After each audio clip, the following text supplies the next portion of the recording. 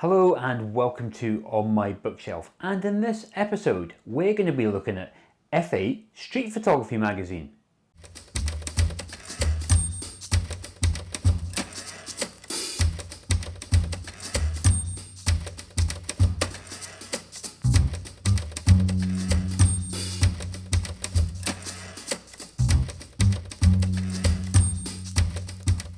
So in this episode, quite clearly, I'm going to be looking at something very different. It's got nothing to do with landscape photography, and strictly speaking, it's not even a book. We're going to be looking at a street photography magazine. But why would I do that? I mean, consider myself a landscape photographer, so why would I consume anything to do with street photography? Well, it's for two reasons. First of all, I'm actually a fan of photography, all different genres of photography. And my passion is taking landscape photographs, but I love looking at photographs from across all sorts of genres: wildlife, street photography, portraiture. I get a lot from it all. And the other reason is I think there's always something to be learned by consuming photographs from other genres. So if you look at the art of street photography, it's a lot to do with light and contrast and shade and colour, or lack of colour in a lot of instances. So I think, I can look at these photographs and I can learn something from them, and I can apply that to my own landscape photography.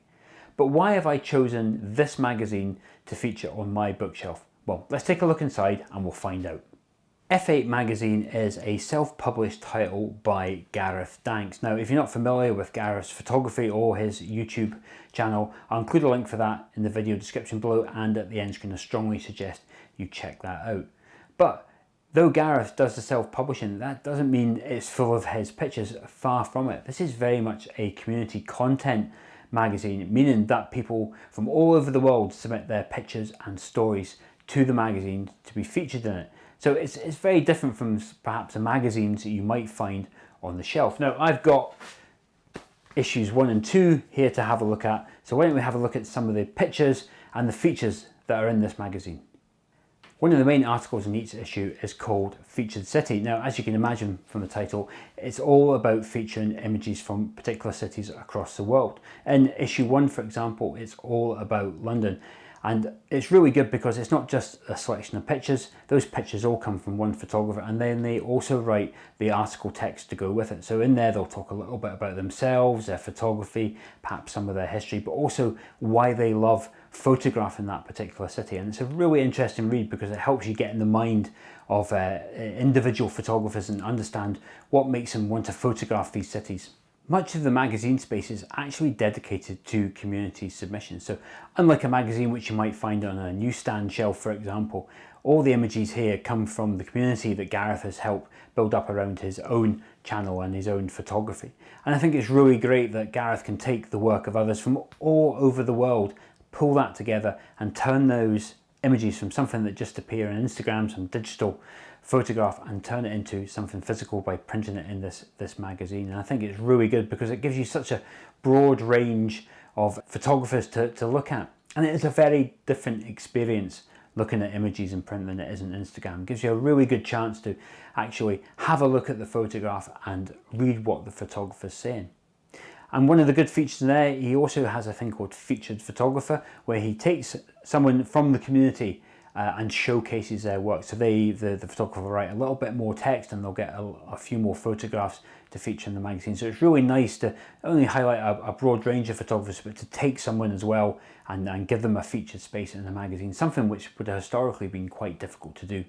Having great content for your magazine is all very well, but if it's going to be printed poorly, it's not going to be a good reading experience. But I'm pleased to say that Gareth doesn't appear to have cut any corners here. Now, I'm not sure who printed it for him or on what paper he's had it printed on, but I have to say it's really nice. I mean, there's a proper bit of weight in this magazine. It doesn't feel like a magazine that you would normally pick up, like I say, off a newsagent's stand, for example. The paper quality is superb, and the images when they're printed out really pop out. So the colour ones have plenty of vibrancy, the black and white ones have plenty of contrast and tonality, and it makes it for a really nice viewing experience. It makes it feel quite special, and I can imagine that if you're someone in the community that has submitted a picture and you get this magazine and you look at the print quality, you're going to be extremely pleased. Certainly from my point of view, it feels a lot more special than just reading a normal magazine. I've read through issues 1 and 2 of FH Street Photography magazine, and it really is a standout publication.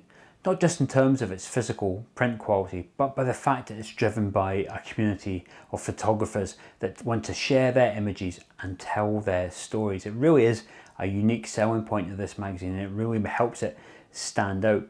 I'm personally really looking forward to getting hold of issue 3. Even though I don't do street photography and it's very different from landscape photography, I still find looking at these photographs and reading about other photographers' adventures and stories really inspirational. So when I get issue 3, I'm going to get a Sunday morning, get a cup of coffee, sit down and have a look through this magazine. Now, if you also want to get a copy of this magazine, I'll include a link for that in the video description below. Well, I do hope you've enjoyed this episode of On My Bookshelf, and if you've got an extra few minutes, I'm just going to pop a playlist up of the other episodes of On My Bookshelf. There are over 20 there, so there's sure to be a title in there that would inspire your photography.